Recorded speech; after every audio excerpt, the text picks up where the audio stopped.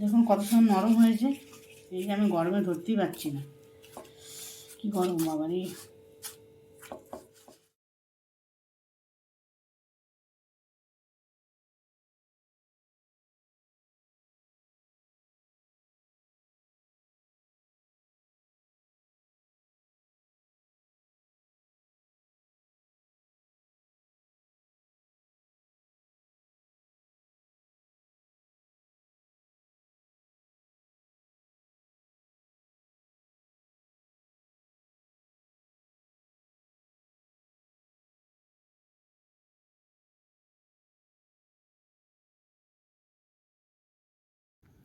নমস্কার বন্ধুরা, কাম্মাস কিচেনে সকলকে আরও একবার স্বাগত জানাচ্ছি।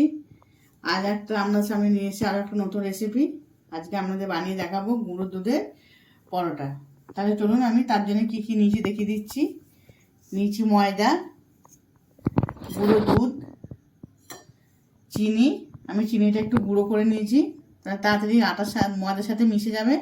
আর সাদা তেল, পরিমাণ মতো লবণ। প্রথমে আমি ময়দাটা মেখে নিচ্ছি। দিয়ে দিলাম স্বাদ মতন লবণ,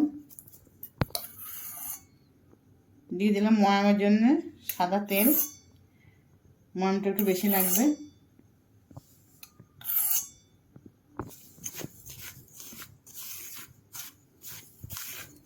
এটা ভালো করে মিশিয়ে নিচ্ছি।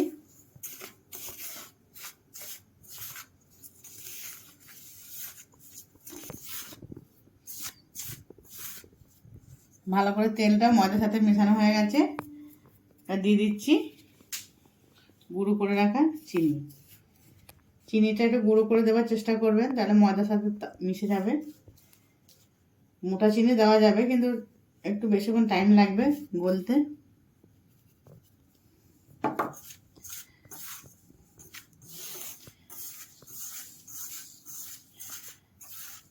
দিয়ে দিচ্ছি গুঁড়ো দুধ। আমি এখানে নিয়েছি 250 গ্রাম, 200 গ্রাম ময়দা। আর আমি এখানে নিয়ে নিয়েছি 100 গ্রাম আমুল দুধ।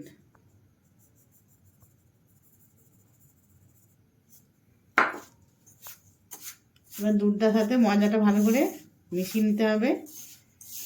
চিনি, ময়দা, সাদা তেল আর গুঁড়ো দুধ ভালো করে মিশিয়ে নিচ্ছি।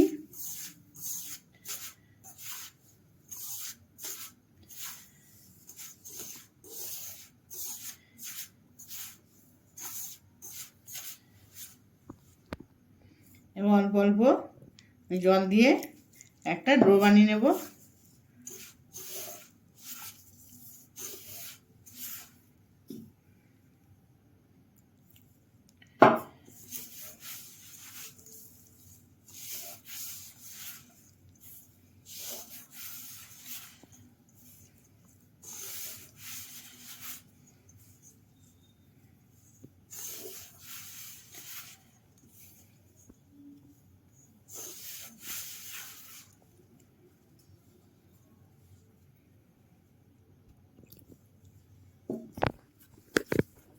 সুন্দর করে একটা ডো বানিয়ে নিয়েছি।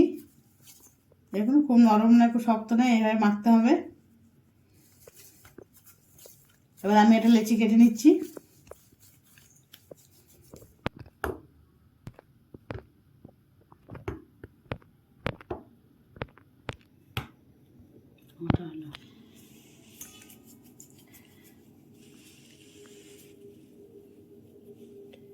সেই রসগোল্লার মতো লাগছে, দেখো মা।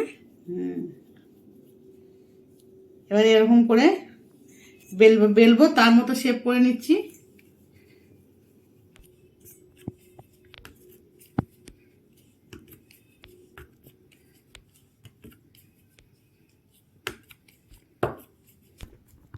লেচিগুলো একটু তেল মাখিয়ে নিলাম।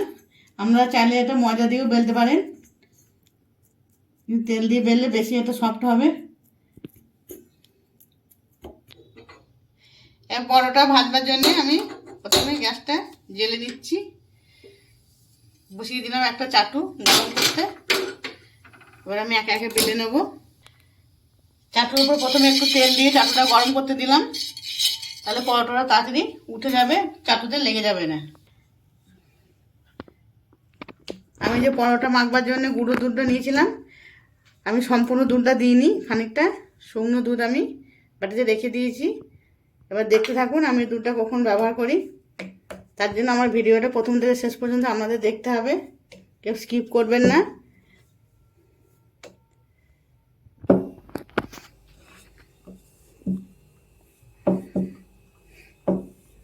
এভাবে বড় করে বেলে নিতে হবে। তারপর আমি এখানে হাতে করে গুঁড়ো দুধ এর মধ্যে দিয়ে দিচ্ছি।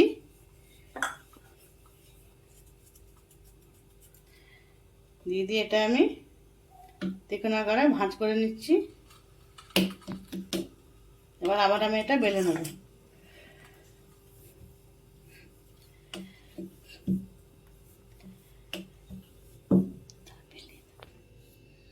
দেখুন খুব সুন্দর করে বেলে নিয়েছি চাটুতে।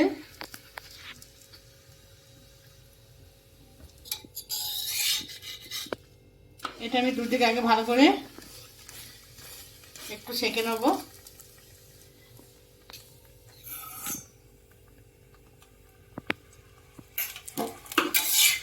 এত সুন্দর একটা গন্ধ বেরোচ্ছে না আমুল দুধে, পুরো সাদা হচ্ছে পরোটাগুলো। একটু গ্যাসটা একটু কম করে দিয়ে ভাজবেন, এর দুধ দেওয়া আছে তো পুড়ে যাবে।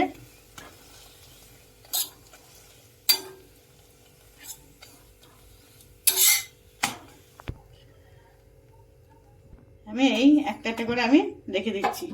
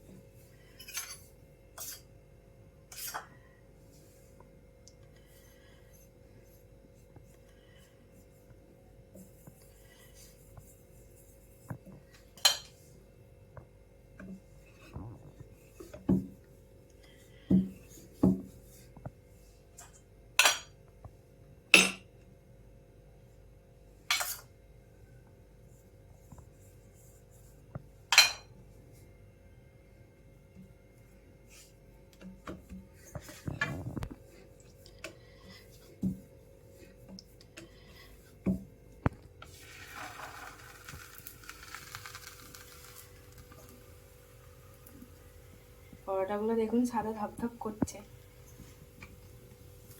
এটা ওই একইভাবে আমি একে একে সব করে নেব। পরোটাটা অল্প আঁচে ভাজবেন, কারণ চিনি দেওয়া আছে, দুধ দেওয়া আছে, নাহলে পুড়ে যাবে।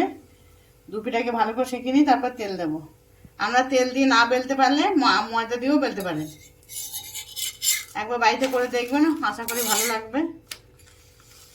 এই রেসিপিটা যদি আপনাদের ভালো লেগে থাকে লাইক শেয়ার অবশ্যই করবেন, কমেন্ট করতে ভুলবেন না আমাকে। চ্যানেলটিকে সাবস্ক্রাইব করবো অনুরোধ রইল নতুন নতুন বন্ধুরা যারা এখন আমার চ্যানেলটিকে সাবস্ক্রাইব করেননি।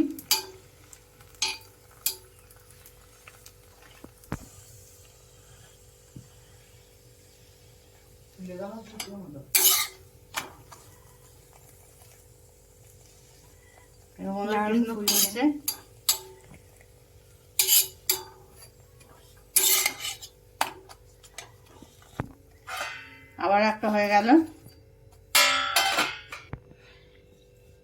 আমি সব ভেজে নিচ্ছি একটা একটা করে।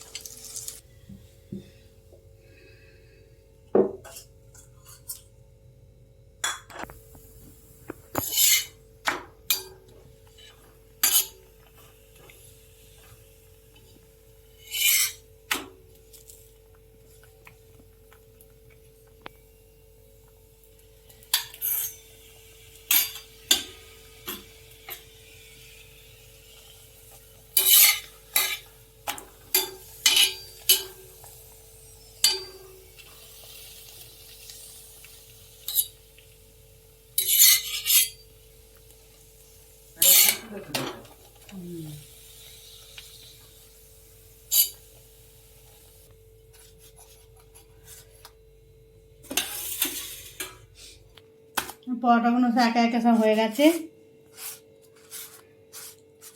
দেখুন কত সময় নরম হয়েছে।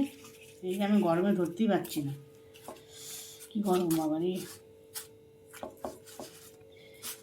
রেসিপিটা বাড়িতে বানিয়ে খেয়ে দেখবেন, সত্যি ভালো লাগবে, আশা করি খারাপ লাগবে না।